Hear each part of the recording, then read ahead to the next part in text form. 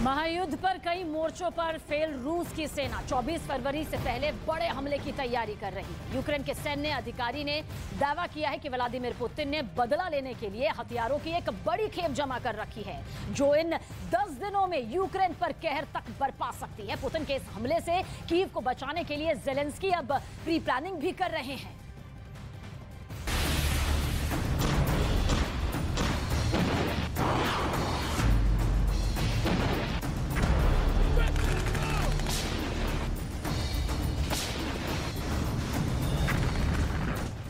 Ukraine युद्ध घातक होता जा रहा है। दोनों ही देश मैदान में बारूदी दम दिखा रहे हैं। रूस के सैनिक यूक्रेन की जमीन को छलनी कर रहे हैं।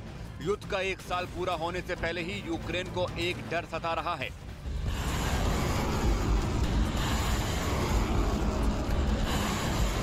यूक्रेन के सैन्य अधिकारी ने दावा किया है कि यूक्रेन पर आक्रमण करने के लिए रूस नए अत्याधुनिक हथियारों को तैयार कर रहा है।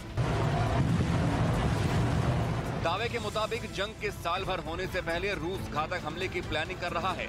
यूक्रेनी सैन्य अधिकारी के दावे से पहले ज़ेलेंस्की ने भी रूस की तरफ से बड़ा हमला किए जाने की आशंका जताई थी। इस प्लानिंग को रक्षा विशेषज्ञ भी मान रहे हैं। रक्षा विशेषज्ञों की माने तो साल पूरा होने के बाद रूस की तरफ से जंग तेज की जाएगी।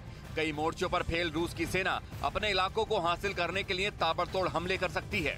रूस की सेना घातक है, उसके गोदाम में बारूद की कमी नहीं है। अत्याधुनिक हथियार में दुनिया में उसका सिक्का चलता है।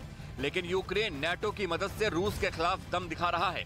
कीव पर मंडरा रहे खतरे से बचने के लिए ज़ेलेंस्की की सेना भी तैयारी में जुटी है। पश्चिमी मीडिया की खबरों की माने तो यूक्रेन क्राइमिया के कब्जे वाले प्रायद्वीप पर हमला करने के लिए ब्रिटिश लंबी दूरी की मिसाइलों का इस्तेमाल कर सकता है। पुतिन के हमले से पहले ज़ेलेंस्की यूक्रेन में अपनी जमीन मजबूत कर रहे हैं। फाइटर जेट और लंबी दूरी की मिसाइलों की आपूर्ति के लिए पश्चिमी देशों पर जोर दे रहे हैं।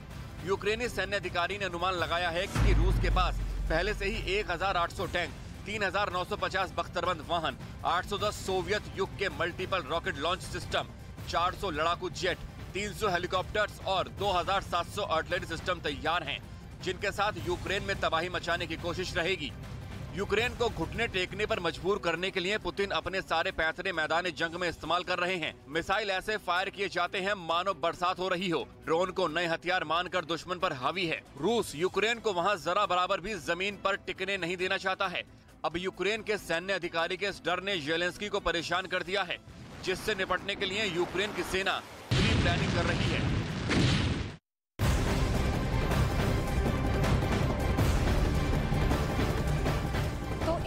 से रूस का मुकाबला कर रहे यूक्रेन को जब हथियारों की कमी हुई तो उसने उन हथियारों को भी जंग के मैदान में उतार दिया जो सेना से रिटायर्ड हो चुके हैं। ऐसे हथियारों को कीव के एक म्यूजियम में रखा गया था, लेकिन अब ये हथियार जंग के मैदान में नजर आ रहे हैं। जी हां, ज़ेलेंस्की ने कीव के म्यूजियम से सोवियत जमाने की एक घातक तोप को निकालकर सेना को थमा दिया है। अब यूक्रेन की सेना इस तोप से दनादन गोले दाग रही है।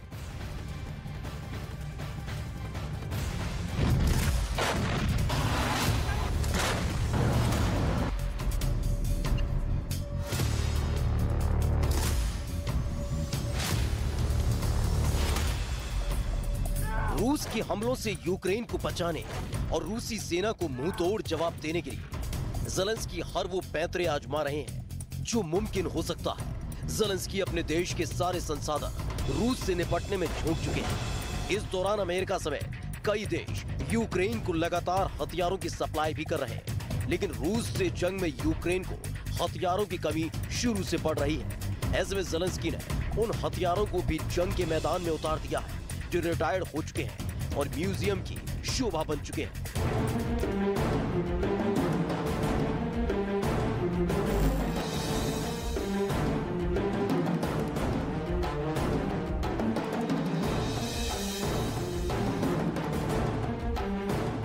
यूक्रेन ने युद्ध में एक बेहद पुराने हथियार को उतार दिया है। ये एक पुरानी तोप है जिसे म्यूजियम पीस कहा जा रहा है। यूक्रेनी सेना ने सोवियत जमाने की 240 मिलीमीटर मोर्टार गन को रूस के खिलाफ युद्ध के मैदान में तैनात कर दिया है। इसका नाम है M240। इस तोप में 240 मिलीमीटर का गोला लोड किया जाता है। ये तोप 130 किलोग्राम के गोले को 6 किलोमीटर दूरी तक फायर कर सकती है। ये बंदूक 10 चालक दल की ओर से चलाई जाती है। हालांकि ये बेहद पुरानी टेक्नोलॉजी है, जिसकी वजह से ये एक तेज हथियार नहीं है। इसे एक ट्रैक्टर के जरिए जोड़कर खींचा जाता है और प्रति मिनट सिर्फ एक गोला दागने की क्षमता रखता है। हालांकि इस बंदूक की सबसे बड़ी ताकत इसका गोला है, जो सीधे अपने लक्ष्य पर गिरता है। ये बंकरों के लिए सबसे घातक है। हालांकि यूक्रेनी सेना किस तरह के गोले दागने में इसका इस्तेमाल कर रही है, ये अभी तक पता नहीं चल सका है। लेकिन हाल ही में एक रिपोर्ट के मुताबिक यूक्रेनी सैनिकों ने एक जवाबी हमले के दौरान 240 मिलीमीटर मोर्टार बमों के भंडार पर कब्जा जमा लिया था। एक विदेशी अखबार के मुताबिक इस तरह एकमात्र मोर्टार को पहले कीव में एक म्यूजियम में देखा गया था, जो अब जंग के मैदान में देखा जा रहा है।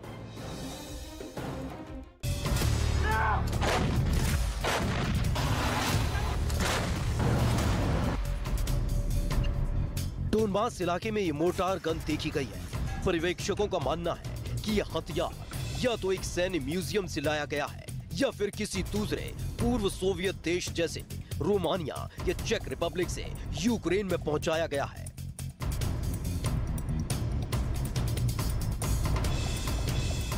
सोवियत सेना ने जब अफगानिस्तान में मुजाहिदीन के खिलाफ जंग का ऐलान किया था, तब इस मोर्टार गन का इस्तेमाल हुआ था। सीरिया के गृह युद्ध में इसका इस्तेमाल रूस ने खूब किया था। अब यूक्रेन अपनी आजादी के लिए इस पुराने घातक हथियार को मैदान में उतार चुका है।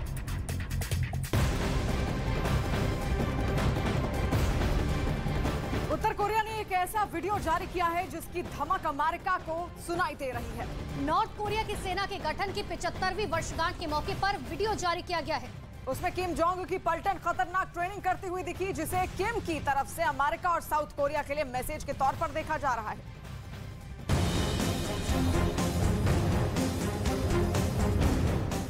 इस धाकड़ ट्रेनिंग से डर जाएगा अमेरिका।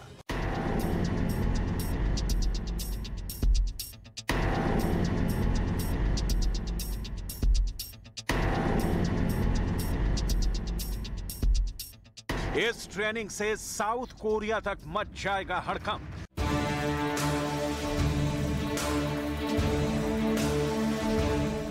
माइनस तापमान में किम के लड़ाकों की खतरनाक ट्रेनिंग। इस वीडियो में उत्तर कोरिया के खास सैनिकों ने ऐसी ट्रेनिंग की जिसे देखकर लोग दांतों तले उंगली दबाने को मजबूर हो जाएंगे। किम की पलटन के इस वीडियो के रिलीज होने के बाद से ही सुपर पावर सख्ते में है। दक्षिण कोरिया थर थर कांपने लगा।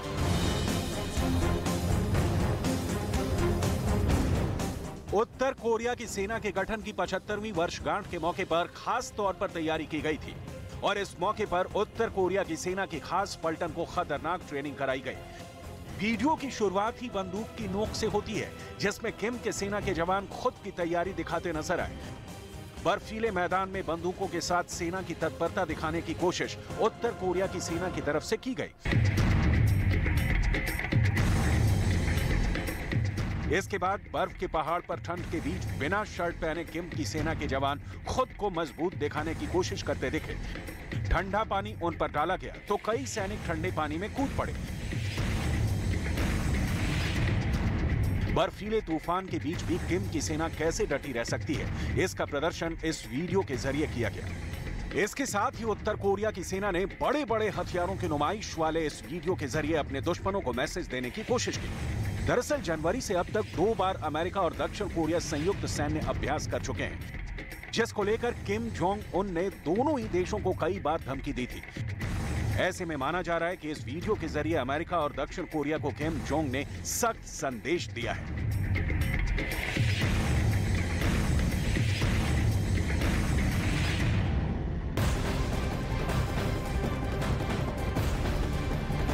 यूरोप के दौरे पर निकले ज़ेलेंस्की ने बड़ा दांव खेला है और उन्होंने यूरोपियन यूनियन में शामिल होने का ऐलान कर दिया है और उसके लिए उन्होंने ईयू के नेताओं से बातचीत भी शुरू कर दी है। दरअसल ज़ेलेंस्की की यह कोशिश है कि यूक्रेन को इसी साल यूरोपियन यूनियन में शामिल कर लिया जाए और अगर ऐसा होता है तो ज़ेलेंस्की को 27 देशों वाले संगठन का साथ मिल जाएगा।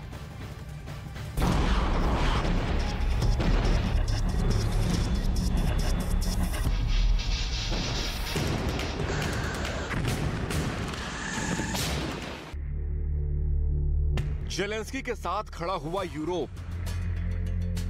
यूरोपियन यूनियन ने लिया यूक्रेन की मदद का संकल्प।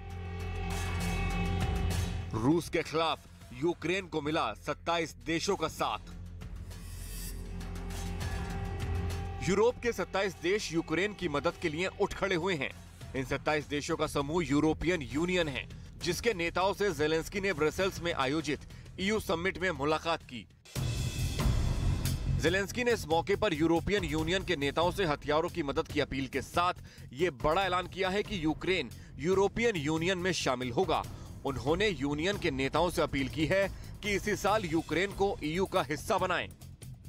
Really appreciate for everything that you've done. We can start opening the dialogue about our future, or in EU, yes. And my question is to everybody. To everybody, yes. We need unity in this case. So and that's why, of course, we need this year. We want very much to motivate us and to motivate, by the way.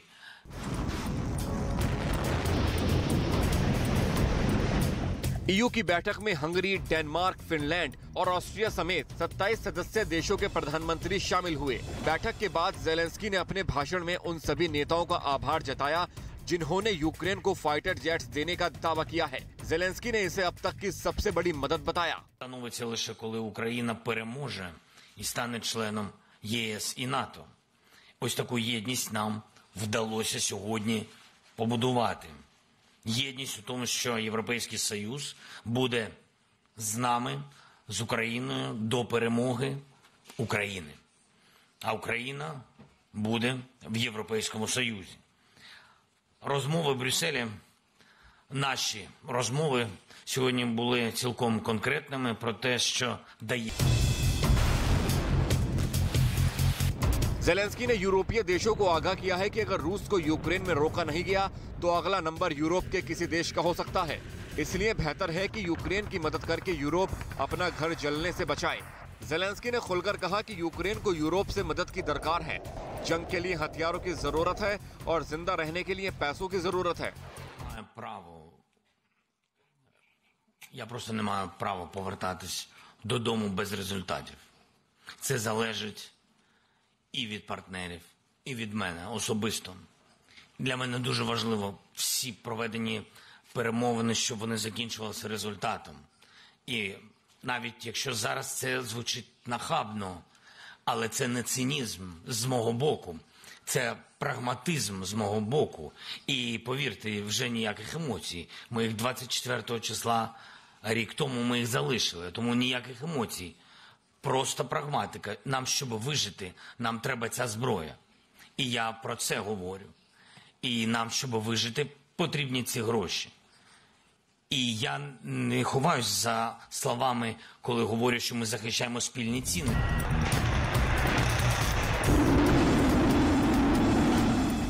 Zelensky ने European union की बैठक में भावुक भाषण देते हुए कहा कि वह रूसी आक्रमण के खिलाफ यूक्रेन के लिए मदद मांगने निकले हैं और उन्हें खाली हाथ वापस जाने का कोई अधिकार नहीं है।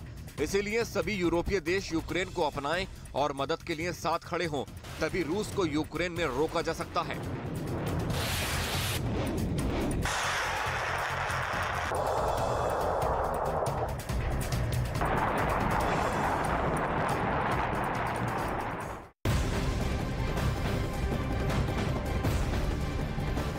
राजस्थान के मुख्यमंत्री अशोक गहलोत ने विधानसभा में बजट पेश किया।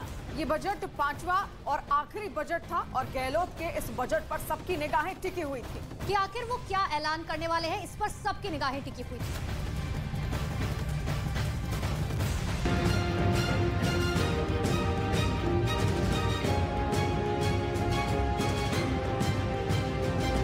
इस बार बजट में गहलोत सरकार ने राजस्थान की आम जनता पर खास ध्यान दिया। अपने बजट में सीएम गहलोत ने हर एक क्षेत्र और हर वर्ग को जगह दी। गहलोत सरकार के बजट में इस बार महिलाओं और युवाओं पर खासा ध्यान दिया गया। सिलेंडर के दामों से लेकर पढ़ने वाले छात्रों को सीएम गहलोत ने अलग गिफ्ट दिया। बजट में घरेलू सिलेंडरों का दाम 500 रुपए तक करने का ऐलान किया गया। वहीं घरेलू उपभोक्ताओं को हर महीने 100 यूनिट बिजली फ्री करने की बात की। छात्रों के लिए सीएम गहलोत ने भर्ती परीक्षाओं को निःशुल्क करने का ऐलान किया। वहीं हर जिले में मुफ्त हॉस्टल के निर्माण का भी ऐलान किया गया। साथ ही कक्षा 8 तक निःशुल्क स्कूल यूनिफॉर्म उपलब्ध कराने की बात कही। इन लगभग 76 लाख परिवारों को जिनको उज्ज्वला योजना के अंतर्गत प्रधानमंत्री जी की घोषणा के अनुरूप एलपीजी सिलेंडर मिले थे, पर वो खरीद नहीं पा रहे हैं, तो मैंने उचित समझा है कि मैं इस महंगाई को कम कैसे करूं। इन लगभग 76 लाख परिवारों को आगामी वर्ष से एलपीजी गैस सिलेंडर 500 रुपये में उपलब्ध कराए जाने की घोषणा करता हूं। इस पर 1500 रुपये का खर्च होगा। इसके साथ ही सीएम अशोक गहलोत ने स्वास्थ्य क्षेत्र में भी कई बड़े ऐलान किए। हर परिवार को 25 लाख रुपए का स्वास्थ्य बीमा, दुर्घटना बीमा की राशि को बढ़ाने का ऐलान, हर परिवार को 10 लाख रुपए का दुर्घटना बीमा। अब तक दुर्घटना बीमा की राशि 5 लाख रुपए। माननीय सदस्यों के साथ साथ प्रदेशवासियों को जानकर प्रसन्नता होगी कि अब मैं आगामी वर्ष से मुख्यमंत्री चिरंजीवी स्वास्थ्य बीमा योजना में प्रति परिवार बीमा राशि 10 लाख से बढ़ा के 25 लाख करने की घोषणा करता हूँ। दुर्घटना बीमा योजना के माध्यम से चिरंजीवी परिवारों को 5 लाख रुपए प्रति परिवार का निःशुल्क दुर्घटना बीमा किया था। परिवार में एक से अधिक मृत्यु होने की स्थिति में और अधिक संबल देने की दृष्टि से अब मैं परिवार की दुर्घटना बीमा राशि को 5 लाख से बढ़ा के 10 लाख रुपए किए जाएंगे। इस कार्यकाल में अपने आखिरी बजट में सीएम अशोक गहलोत ने हर वर्ग को छूते हुए सरकारी खजाना खोल दिया। वहीं राजस्थान की जनता ने भी इस बजट को उम्मीद पूरी करने वाला बजट बताया।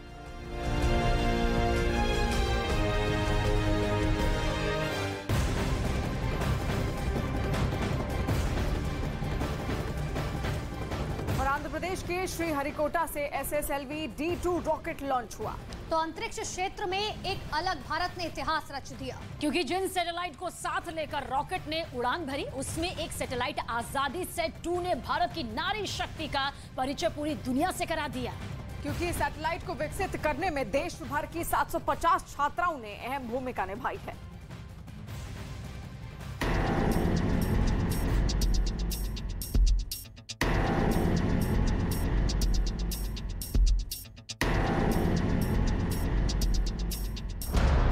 अंतरिक्ष में फिर बजा भारत का डंका।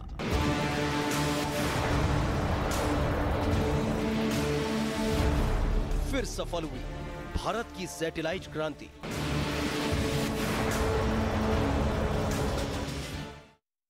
दाऊदी बोहरा समुदाय के सर्वोच्च नेता सैयदना मुफद्दल सैफुद्दीन सहित प्रधानमंत्री नरेंद्र मोदी इस वक्त महाराष्ट्र के दौरे पर हैं। कुछ देर पहले हमने आप तक पहुंचाई थी वो तस्वीर भी जब वंदे भारत का उद्घाटन, रवाना रफ्तार जो थी आत्मनिर्भर भारत की, उसे उड़ान देते हुए पीएम मोदी नजर आए थे। और महाराष्ट्र में इस वक्त प्रधानमंत्री नरेंद्र मोदी मौजूद हैं।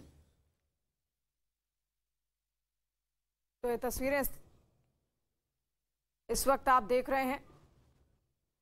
तो बोहरा समाज से मुलाकात करते हुए प्रधानमंत्री नरेंद्र मोदी इस वक्त आपको दिखाई दे रहे हैं। बोहरा मुस्लिम समुदाय के बीच में है पीएम मोदी। देखिए किस तरह से सद्भावना, किस तरह से एक बड़ा संदेश देते हुए प्रधानमंत्री नरेंद्र मोदी इस वक्त महाराष्ट्र में मौजूद है। मुंबई का उनका ये पूरा दौरा है जिसकी बेहद अहम तस्वीर बोहरा मुस्लिम समुदाय के बीच से सामने आ रही है। तो तस्वीरें लगातार आप देख रहे हैं, मुंबई की तस्वीरें हैं। आज उनका मुंबई दौरा था। इससे पहले 2 वंदे भारत ट्रेनों को एक साथ उन्होंने हरी झंडी दिखाई और अब बोहरा समाज के तमाम लोगों से उनकी ये बातचीत, ये मुलाकात यहां पर हो रही है। तस्वीरों के जरिए भी एक बड़ा संदेश देने की कोशिश यहां पर प्रधानमंत्री नरेंद्र मोदी की ओर से कि हर समुदाय को एक साथ मिलकर चलना होगा, एक साथ मिलकर आगे बढ़ना होगा, तभी इस देश का विकास होगा। तो बोहरा समुदाय के बीच इस वक्त प्रधानमंत्री नरेंद्र मोदी पहुंचे हुए हैं, जहां पर एक भव्य कार्यक्रम भी वहां पर बोहरा समुदाय की ओर से प्रधानमंत्री नरेंद्र मोदी के आगमन पर रखा गया है। और साथ साथ महाराष्ट्र के मुख्यमंत्री एकनाथ शिंदे और उप मुख्यमंत्री देवेंद्र फडणवीस को भी इस वक्त आप वहां पर देख रहे हैं।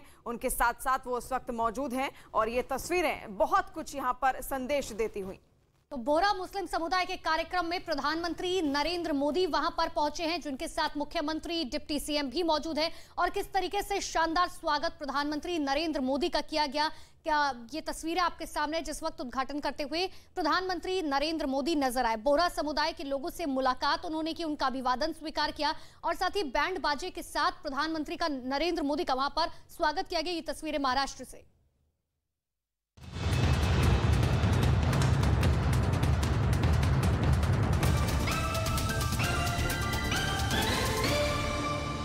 धनवान लोगों को करता है, ये एक ही चीज से रुक सकता है, अगर आप इसकी जीभ काट दो। न्यूज चैनलों के इतिहास में पहली बार न्यूज 18 इंडिया की web series FIR number 208 streaming now.